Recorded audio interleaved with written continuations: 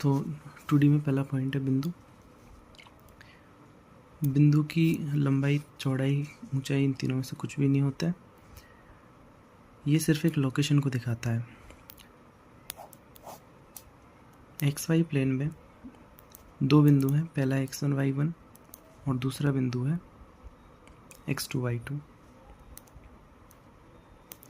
इन दोनों बिंदुओं के बीच की दूरी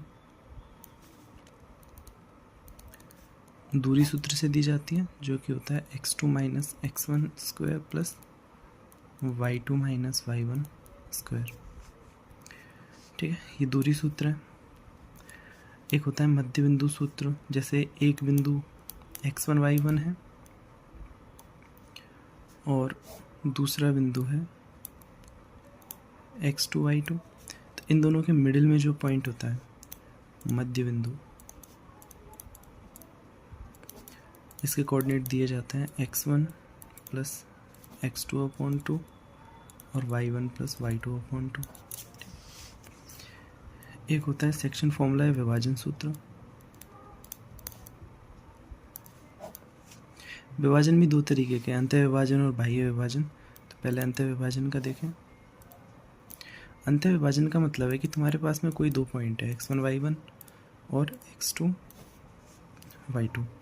इन दोनों बिंदुओं को मिलाने वाली रेखा को एक बिंदु विभाजित करता है। मान लिया ये विभाजित करता है m/n में, ये पॉइंट है x, y। तो ये बिंदु अगर a और b के बीच में है तो ये अंतः विभाजन होगा, और अगर ये a और b के बाहर है कहीं पर तो ये बाह्य विभाजन होगा। दोनों के लिए सूत्र एक ही दिया जाता है, थोड़ा सा अंतर है बस।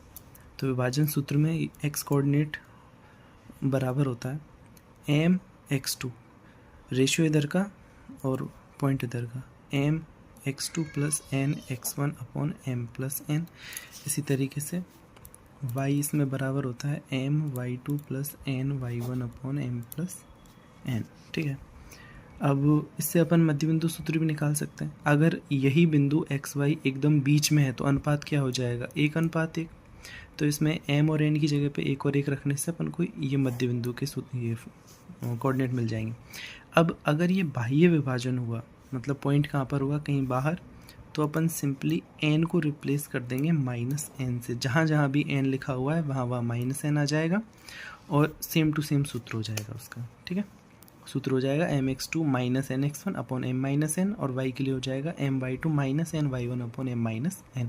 वो बाह्य विभाजन के लिए हो जाएगा फिर। ठीक है, पॉइंट के लिए ये चीज़ें, इतनी चीज़ें होती हैं।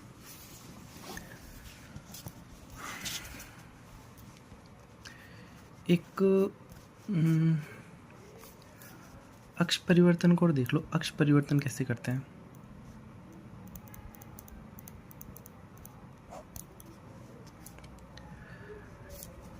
पहला, ये अपन के पास में XY प्लेन है, मूल बिंदु यहाँ पर है। अगर इस मूल बिंदु को अपन किसी दूसरे बिंदु पर स्थानांतरित करें, मान लिया कोई दूसरा बिंदु है h, k। अगर हम इस मूल बिंदु को h, k पर स्थानांतरित करें तो फिर क्या फ़र्क पड़ेगा। जैसे कोई पॉइंट है, कोई भी पॉइंट हो सकता है x, y। जब अपन मूल बिंदु को h, k पर लेके चले जाएंगे तो इस पॉइंट के कोऑर्डिनेट चेंज हो जाएंगे। तब इसके जो कोऑर्डिनेट है ये h के ओरिजिन के हिसाब से लेके जाएंगे। तो मान लिया बदले हुए इसके जो कोऑर्डिनेट होंगे ये x डैश y डैश है। तो अपन को बस ये देखना होता है कि जब अपन मूल बिंदु को, मतलब 0,0 मूल बिंदु को अपन ने कहाँ पर स्थानांतरित कर दिया, h, k पर, तब एक्स वाई कोऑर्डिनेट में और बदले हुए कोऑर्डिनेट में क्या रिलेशन होगा। ठीक है, तो बस खैर देखना कोई ज़्यादा मुश्किल काम नहीं है। देखो, अगर पॉइंट यहाँ पर है तो यहाँ से लेके यहाँ तक का पूरा x के बराबर होगा, क्योंकि इस पॉइंट का जो x कोऑर्डिनेट है ये इस मूल बिंदु के सापेक्ष है। और यहाँ से लेकर के यहाँ तक की दूरी x डैश के बराबर होगी, क्योंकि x डैश क्या है, इसका h के सापेक्ष, h के जब मूल बिंदु होगा तब उसका कोऑर्डिनेट है। और यहाँ से लेकर के यहाँ तक की जो दूरी है ये h के बराबर है, h कोऑर्डिनेट है। h की जो कोऑर्डिनेट है इसके लिए x किसके बराबर होगा, h के बराबर होगा। तो यहाँ से अपन देख सकते हैं कि x equal x dash plus H, ये जो पूरा x है यहाँ से लेके यहाँ तक, ये किसके बराबर है, h प्लस एक्स डैश के। तो यहाँ से लिख सकते हैं अपन x equal x dash plus h, या लिख सकते हैं y equal y dash plus k. या इसको y डैश के लिए और x डैश के लिए सॉल्व करें तो x dash equal x minus h और y dash equal y minus k. ठीक है, एक बार इस चीज़ को थोड़े से बड़े चित्र में और दोबारा देख लें। मूल बिंदु है अपन का यहाँ पर, अब कोई पॉइंट है h कॉमा के, अपन मूल बिंदु को यहाँ लेके जाना चाह रहे हैं। तो ये तो अपन पहले से जानते हैं कि अगर इस पॉइंट के कोऑर्डिनेट h कॉमा के है तो यहाँ से लेकर के और यहाँ तक की जो दूरी है ये किसके बराबर होगी, h के बराबर होगी। ठीक है, अब कोई दूसरा पॉइंट है x comma y, x comma y इसके ओरिजिनल कोऑर्डिनेट है जो कि मूल बिंदु 0,0 के सापेक्ष है। तो इसका मतलब ये है कि यहाँ से लेकर के और यहाँ तक की जो दूरी है ये x के बराबर है। ठीक है, पर अपन ने जब मूल बिंदु h कॉमा के को माना तब इसके जो दूसरे कोऑर्डिनेट है वो क्या आएंगे, x dash comma y dash आएंगे। X dash comma y dash point के कब आएंगे, जब अपन मूल बिंदु h कॉमा के को माने, मतलब ये 0,0 है, फिर उससे आगे अपन देखें कि कितना दूर है ये एक्स एक्सिस पर कितना दूर है, तो यहाँ से लेकर यहाँ तक की दूरी एक्स डैश आ जाएगी।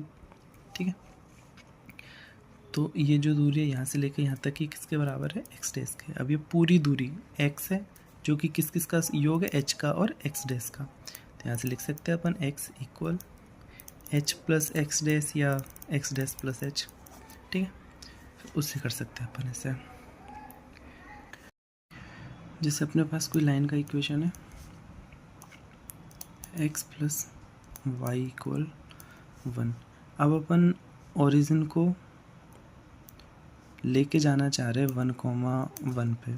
ठीक है, तो अब जब मूल बिंदु से हट कर के 1,1 इसका नया ओरिजिन बनेगा तो जो लाइन का इक्वेशन है वो भी तो दोबारा से लिखा जाएगा, तब थोड़े ना एक्स वाई कोऑर्डिनेट में चलेगा।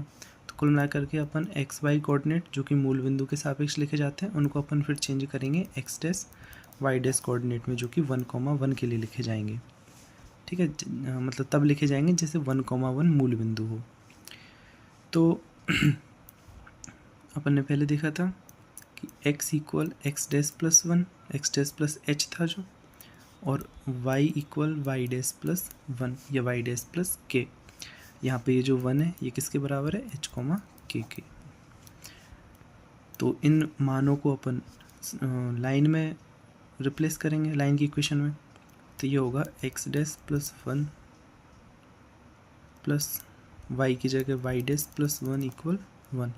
तो अब लाइन की इक्वेशन लिखी जाएगी x dash plus y dash equal -1। ठीक है, ज़रूरी नहीं है अपन यहाँ पे लाइन की इक्वेशन चेंज करें। अपन चाहें तो किसी कर्व की, किसी पॉइंट की, जैसे सर्कल की इक्वेशन हो गई, पैराबोला की, हाइपरबोला की, किसी की भी इक्वेशंस को अपन इस तरीके से चेंज कर सकते हैं जब तक कि सिर्फ ओरिजिन चेंज हो रहा हो। अब ये जो चेंज है ये दूसरे तरीके से भी हो सकता है कि भाई ओरिजिन चेंज नहीं हो रहा, ओरिजिन की जगह पे ये जो एक्सेस हैं ये रोटेट कर रही हैं। ठीक है, एक बार उस तरीके को भी देख लें अपन। अच्छा, इसका एक और एग्जांपल देख लें।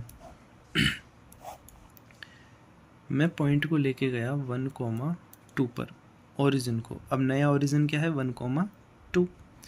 तो एक पॉइंट लिखा हुआ था पहले 5,4।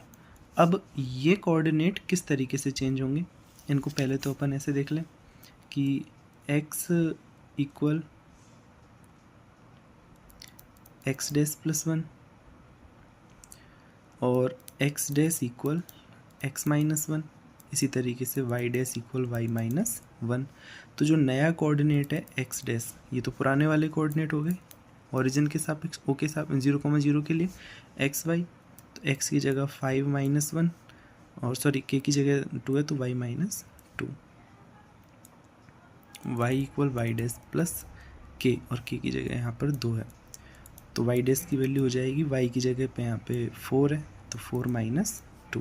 तो एक्स डैश इक्वल 4 और वाई डैश इक्वल 2। अब एक बार अपन इसको सिंपल ज्योमेट्री से भी देख सकते हैं कि ये पॉइंट है 1,2। 5 ओ के लिए कोऑर्डिनेट था, जब ओ ओरिजिन अपन का यहाँ पर था तब एक्स कोऑर्डिनेट 5 है, तो इसका मतलब यहाँ से लेके यहाँ तक की दूरी कितनी हुई 5। इस पॉइंट के कोऑर्डिनेट 1,2 है, तो इसका मतलब यहाँ से लेके यहाँ तक की जो दूरी है ये दूरी 1 है। ठीक है, अब अगर मैं इस पॉइंट को ओरिजिन मानूँ तो इसको भूल जाएं एक बार और सिर्फ इसी पॉइंट को मैं ओरिजिन मानूँ, तो जब मैं इस पॉइंट को ओरिजिन मानूंगा तो इस पॉइंट का एक्स कोऑर्डिनेट क्या होगा, ओरिजिन से लेकर के यहाँ तक की दूरी, ऐसी तो लिखते हैं अपन। और वाई कोऑर्डिनेट क्या होगा, ओरिजिन से लेकर यहाँ तक की दूरी। तो यहाँ से लेकर यहाँ तक की दूरी कितनी है, अब 5 दूरी पूरी, एक दूरी ये, तो 5 में से एक माइनस हुआ तो कितना बचा 4। तो अब जो नया कोऑर्डिनेट है एक्स वो कितना हुआ 4। इसी तरीके से वाई कोऑर्डिनेट कितना होगा 2। कंसेप्ट ये है, बाकी अपन को इतना कुछ करने की ज़रूरत नहीं होती, सीधा इनका यूज़ करेंगे और सीधे अपन नए कोऑर्डिनेट में नए coordinate x dash y dash में जितनी भी इक्वेशन वगैरह हैं उनको अपन चेंज कर सकते हैं। अब एक होता है घूर्णन रूपांतरण, इसमें अपन रोटेशन करते हैं, रोटेशन ऑफ एक्सिस मतलब घूर्णन। ये अपन की ओरिजिनल एक्सिस है पहले, एक्स वाई एक्सिस। अब नए जो दूसरी एक्सिस बनी है एक्स डैश वाई डैश, वो बनी है इनको थीटा डिग्री पर घुमा के। तो जो एक्स एक्सिस है ये अपन की घूमी थीटा डिग्री,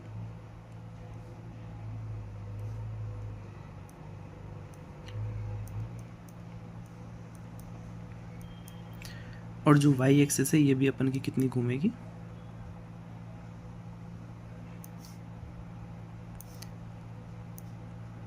थीटा डिग्री।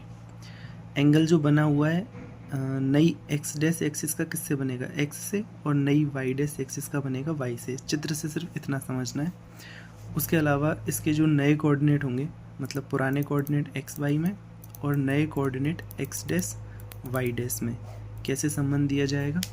देखो इसको प्रूफ करके देखने में तो इतना कुछ खास मतलब नहीं, सिंपल ज्योमेट्री, चाहे तो आप भी ट्राई कर सकते हैं। बाकी इन दोनों का जो संबंध है ये तो याद रखना पड़ेगा तुमको, और इसको याद अपन ऐसे रख सकते हैं कि टेबल बनाएं, इधर लिखेंगे अपन एक्स वाई, इधर लिखेंगे अपन एक्स डैश वाई डैश,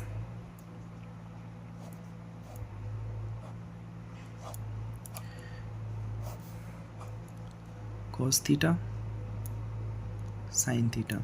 ठीक है, इतना याद रखना है। नीचे वाले में इनके अवकलन आ जाएंगे, कॉस थीटा का अवकलन minus sine theta, sine theta का अवकलन कॉस थीटा। ठीक है, अब इनसे अपन संबंध कैसे लिखेंगे, तो जैसे अपन को एक्स डैश बराबर लिखना है एक्स वाई की फॉर्म में, तो x dash equal cos theta को, एक्स डैश का कौन सा कॉलम है ये वाला, तो कॉस थीटा को मल्टीप्लाई करेंगे एक्स से तो एक्स कॉस थीटा, और वाई साइन थीटा को मल्टीप्लाई करेंगे वाई से तो प्लस वाई साइन थीटा। उसी तरीके से वाई डैश कैसे लिखेंगे अपन, minus x sine theta, minus sine theta को मल्टीप्लाई करेंगे एक्स से plus y cos theta. Similarly अगर अपन को एक्स लिखना हो एक्स डैश और वाई डैश के पदों में, तो एक्स इक्वल एक्स डैश को मल्टीप्लाई करेंगे कॉस से plus minus y dash sine theta, minus y dash sine theta, और वाई को भी अपन ऐसे ही लिख लेंगे। ठीक है, तो इन रूपांतरणों को अपन यूज़ करेंगे और जो भी क्वेश्चन या पॉइंट या जो भी होगा उनको अपन चेंज करेंगे। अब कुछ चीज़ें ऐसी होती हैं जो जिनके लिए कुछ फॉर्मूले वगैरह नहीं, बस थोड़ा सा ध्यान देने की ज़रूरत पड़ती है। जैसे अपन से पूछे कि बिंदु 2,3 की एक्स अक्ष से दूरी क्या होगी, तो ये कोई मुश्किल सवाल थोड़ी है, चित्र बना लो, ज़्यादा समझ में नहीं आ रहा तो पॉइंट 2,3 यहाँ पर होगा, और किसी पॉइंट की एक्स एक्सिस से डिस्टेंस ये वाली डिस्टेंस होती है। अपन किसी पॉइंट की किसी लाइन से डिस्टेंस अपन रेंडमली नहीं देखते, उस लाइन पर जो परपेंडिकुलर डाला जाता है तो उस परपेंडिकुलर की लंबाई होती है, मतलब उस पॉइंट से उस लाइन पर तुम परपेंडिकुलर डालोगे तो उस परपेंडिकुलर की जो लंबाई है वो डिस्टेंस होगी पॉइंट की लाइन से डिस्टेंस। तो यहाँ पर ये जो लंबाई है ये किसके बराबर होगी, वाई कोऑर्डिनेट यानी कि 3 के बराबर होगी। और अगर अपन इसकी वाई अक्ष से दूरी देखें तो वाई अक्ष से कौन सी है, ये वाली, तो इससे दूरी कौन सी होगी, ये। और ये जो दूरी है ये किसके बराबर है, इसके एक्स कोऑर्डिनेट के बराबर है, ठीक है। ऐसे तो देखते हैं, ये वाली दूरी 2 और ये वाली दूरी 3। तो एक्स अक्ष से जो दूरी है ये वाली, ये किसके बराबर है, वाई कोऑर्डिनेट के बराबर है। और वाई अक्ष से जो दूरी है ये किसके बराबर है, इसके एक्स कोऑर्डिनेट के बराबर है, ठीक है। तो इनको अपन ऐसे चाहे तो लिख भी सकते हैं नोट में कि किसी पॉइंट की, कोई पॉइंट है अपन का एक्स कॉमा वाई, तो इस पॉइंट की एक्स अक्ष से दूरी जो इसका वाई कोऑर्डिनेट है, अब इतना तो अपन भी समझदार है कि भाई नेगेटिव में नहीं लेंगे। जैसे मान लो कि अगर पॉइंट आपका यहाँ पर है -2, -3, तो इसकी एक्स एक्सिस से दूरी कौन सी होगी, ये वाली। अब ये जो डिस्टेंस है यहाँ पे कोऑर्डिनेट y -3 होगा, तो अपन ऐसे थोड़ी कहेंगे भाई इसकी दूरी -3 है, दूरी तो हमेशा पॉजिटिव होती है, तो इसकी दूरी कितनी हुई, 3। उसी तरीके से y अक्ष से जो दूरी है, y अक्ष से दूरी बराबर x कोऑर्डिनेट, ठीक है। अब ये चीज़ अपन नॉर्मली भी देख सकते हैं बिना बताए भी। अब ये चीज़ वो जो अपन ने 10वीं क्लास में पढ़ी थी कि 3 बिंदु ABC समरेख होंगे, समरेख का मतलब एक ही रेखा पर। 3 बिंदु एक ही रेखा पर कैसे होते हैं, जैसे 3 बिंदु है A, B और C, ये एक ही रेखा पर तब होते हैं जब इन दोनों दूरियों का योग, मतलब AB का योग और BC का योग इस पूरी AC के बराबर आ जाए, तब अपन बोलेंगे कि ये तीनों बिंदु एक रेखा पर है। यदि दूरियों AB, BC और AC में से 2 छोटी दूरियों का योग तीसरी सबसे बड़ी भुजा के बराबर हो, तो अपन बोलते हैं कि ये तीनों बिंदु एक ही रेखा पर होंगे, ठीक है। यदि 2 दूरियों का योग तीसरी दूरी से सदैव अधिक हो तथा अंतर सदैव कम हो, तो ये त्रिभुज के शीर्ष होते हैं। त्रिभुज की जो 3 भुजाएं होती हैं, उन तीनों भुजाओं में एक संबंध होता है कि किन्हीं भी 2 का योग तीसरी से ज़्यादा होगा और किन्हीं भी 2 का अंतर तीसरी से कम होगा, ठीक है। ABC समद्विबाहु त्रिभुज के शीर्ष हो तो कोई 2 दूरियां बराबर होंगी, नॉर्मल बात है। बिंदुओं ABC समकोण त्रिभुज के शीर्ष हो, समकोण त्रिभुज के शीर्ष है तो उसमें पाइथागोरस प्रमेय लग जाएगी, ठीक है। मतलब किन्हीं भी 2 दूरियों का दो जो छोटी दूरियां हैं उनके वर्गों का योग जो सबसे बड़ी दूरी है उसके वर्ग के बराबर होगा। समकोण समद्विबाहु होगा, मतलब नॉर्मल से इनको अपन पढ़ सकते हैं, ठीक है।